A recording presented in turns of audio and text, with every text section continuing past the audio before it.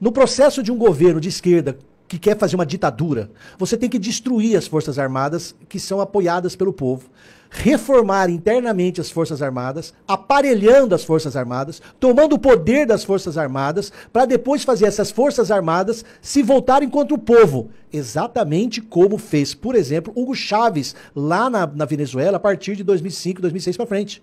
Nós estamos falando da Venezuela quase 20 anos depois que Hugo Chávez iniciou o processo da ditadura que hoje o Maduro personifica.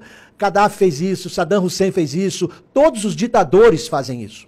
As Forças Armadas, como as polícias, obedecem ao chefe do Poder Executivo. Ele é o chefe do Estado-Maior. Então, elas não brigam com o superior, elas têm hierarquia. Se o superior sabota e destrói, elas são destruídas ingenuamente. Então, na história, toda vez que um partido comunista, toda vez que a esquerda, toda vez que alguém quer destruir o povo, tem um processo. Rapidamente, Alexandre Pitoli, o Lula prometeu lá em julho de 2023 que ia priorizar os projetos que o Bolsonaro deixou de lado e levantar o orçamento das Forças Armadas. O Lula prometeu, tá lá na CNN em todo lugar.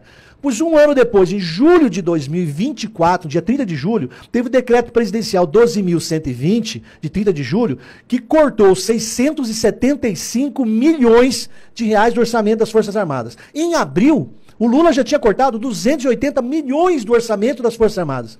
As Forças Armadas pedem hoje 1,4 bilhão de reais para poder fechar o ano. O Lula está acabando com o orçamento das Forças Armadas. Um exemplo simples disso daí é que a Marinha do Brasil, que tem o país que tem o 9º PIB do mundo, tem a 25ª Marinha do Brasil. E o orçamento que o Lula liberou para a Marinha do Brasil, eles não têm condições de fazer manutenção da frota, o sucateamento vai ser mais acelerado, vários dos navios da nossa frota da Marinha de Guerra vão deixar de serem ativos nos próximos poucos anos, e o Lula está desmontando, acabando. O Exército Brasileiro recebeu orientação ou proposta de vender propriedades do Exército Brasileiro, vender quartéis, para ter dinheiro para pagar as próprias contas. Então, o processo que está sendo feito de arroxo, de desestruturação das Forças Armadas com corte orçamentário é descomunal. Isso já deixa todo mundo apreensivo, sem dinheiro, sem condições. Agora, para piorar, o Lula agora em agosto, exonerou 9 generais.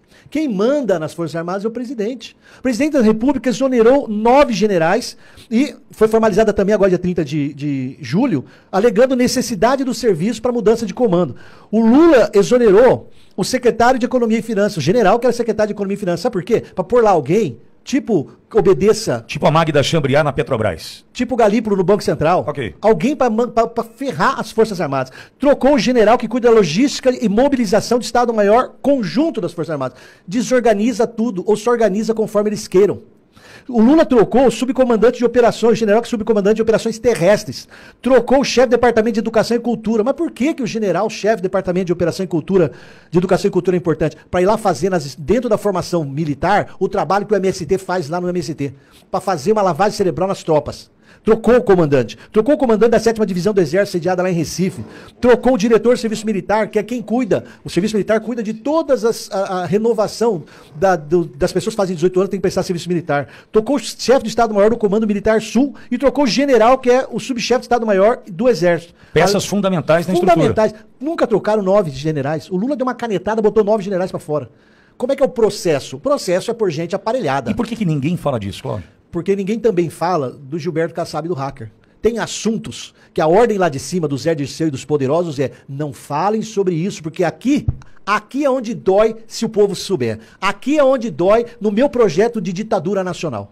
Esse é o projeto de ditadura nacional. Estão desmontando as Forças Armadas no orçamento, na estrutura. E vou acrescentar mais uma coisa. O Hugo Chávez, no processo de controlar as Forças Armadas, ele pegou e aumentou uma quantidade enorme de tenentes coronéis e de generais lá, para fazer ascender um monte de pessoas aparelhadas a ele.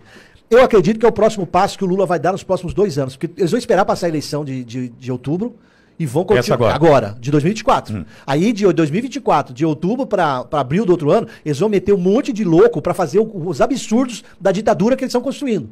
Porque eles, vou dar outro exemplo, por que a Starlink foi posta no roteiro? O que tem a ver Starlink com isso daí?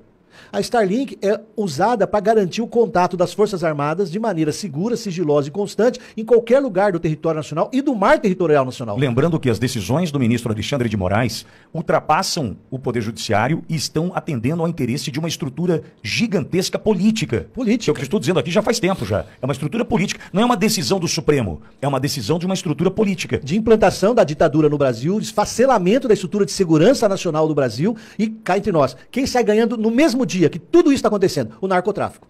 O narcotráfico sabe que a Marinha não tem estrutura, o narcotráfico sabe que o Starlink está saindo do ar, o narcotráfico sabe tudo. Tem gente para contar tudo para eles. Tem gente falando pro narcotráfico onde pode entrar e pode passar. Lembrando, o Lula fez quando assumiu uma GLO. Lembra daquela garantia da lei da ordem, que falava que se o Bolsonaro fizesse era golpe de Estado? O Lula assumiu no início de 2023, fez GLO. Aonde? Porto de Santos, Porto do Rio, Exato. Porto do Paraná. Rio, São Paulo e os aeroportos do Galeão e Cumbica. Ele fez isso. Aí um conhecido meu da Receita Federal virou para mim, e depois de final de 2023, falei, aí como é que tá essa GLO lá? Falou assim, professor, tiraram a gente da Receita Federal, a gente entendia no cheiro, no olhar e a distância, onde é que estava droga, onde é que estava sacanagem. Botaram um monte de militar que não sabe nem se separar boneca de cachorrinho. Ou sabe o que tem que fazer ali.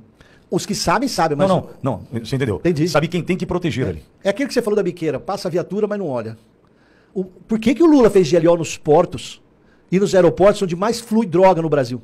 Sem resultado prático nenhum até agora. Nenhum, e renovou agora, recentemente. Sim. Por que ele fez isso? E também não comentam, você não vê a imprensa comentar. Como você não vê a imprensa comentar a importância do impacto da decisão do ministro em cima do Starlink que vai afetar a segurança nacional? Como ninguém comenta o quanto que o corte de orçamento que o Lula está fazendo está destruindo as Forças Armadas. Brasileiros, o meu temor, minha opinião pessoal, minha. Você ainda pode ter, viu, Cláudio? Ainda posso ter. Eu sou geógrafo e sou advogado. E fiz engenharia de produção, mestrado, para estudar exatamente como fazer a logística do supply chain. Então, atenção, senhores. Minha percepção, estão desmontando a estrutura de segurança nacional brasileira no dinheiro, na imagem, que destruíram a imagem, e estão substituindo pessoas lá dentro em cargos importantíssimos para pôr pessoas aparelhadas. Peraí, você tocou num ponto interessante. A destruição da imagem faz parte desse pacote. Faz parte do pacote. Isso aí Lenin ensinou há 100 anos atrás na Revolução Russa. Que o exército hoje só serve para pintar bordo de sarjeta, faz parte da destruição da imagem. Faz parte da destruição da imagem. O que aconteceu no Rio Grande do Sul faz parte da destruição da imagem. Tudo isso faz parte da destruição da imagem. Isso são projetos que a esquerda aprendeu, que é o manual, eles têm um manual, isso é acessível na internet, de como fazer a revolução, as regras que Lenin e Trotsky ensinaram, faz parte, destruir a imagem deles, para poder humilhá-los, perder a moral da tropa, substituir o comando da tropa, deixar todo mundo pobre, preocupado só se vai ter comida ou não, e assim ir controlando. Como disse o ministro, uma coisa é ganhar a eleição, outra é tomar o poder. E você toca num nome bastante importante nessa estrutura do bastidor, que é Zé Disseu. Sim, Zé Disseu, gênio da história. Hein? É o gênio da história. E que sumiu também. Dá palestras. Sumiu das lentes, né? Das grandes mídias. Sumiu das câmeras. Deu palestra recentemente, ele fala, nós estamos sempre... Tá elegível. Eles sabem que eles perderam o povo. A esquerda do Lula, a esquerda do Zé Disseu, eles sabem que o povo não suporta mais eles. O Lula não aparece mais em campanha de prefeito em nenhuma cidade grande, porque é uma rejeição absoluta. Os petistas não lançaram pessoas em várias cidades, porque não tem como ter voto. Então eles sabem que para ficar no poder não é mais democracia. É a democracia no conceito que eu já chamei a atenção, que o conceito de democracia para Lenin, Trotsky, pessoal da Revolução Socialista, da Soviética, democracia para eles é a ditadura do proletariado. Quando um esquerdista fala em defender democracia, ele fala em defender a ditadura deles. Não é o conceito ocidental que nós temos de participação e liberdade. Não é. Então atentem, a esquerda já entendeu que não tem mais povo, não terá mais povo, o fenômeno Bolsonaro é um exemplo, mas as mídias sociais fizeram nós cidadãos entendermos, nós não queremos corruptos destruindo, e nós não queremos esquerda destruindo. Então como a esquerda sabe disso... Mas disso, caminhamos para perder as redes. Mas esse é o projeto. Eu concordo, entendi. Por isso que tem uma aliança judiciário e executivo, cooptando a única força que ainda pode tentar resistir, que é o legislativo.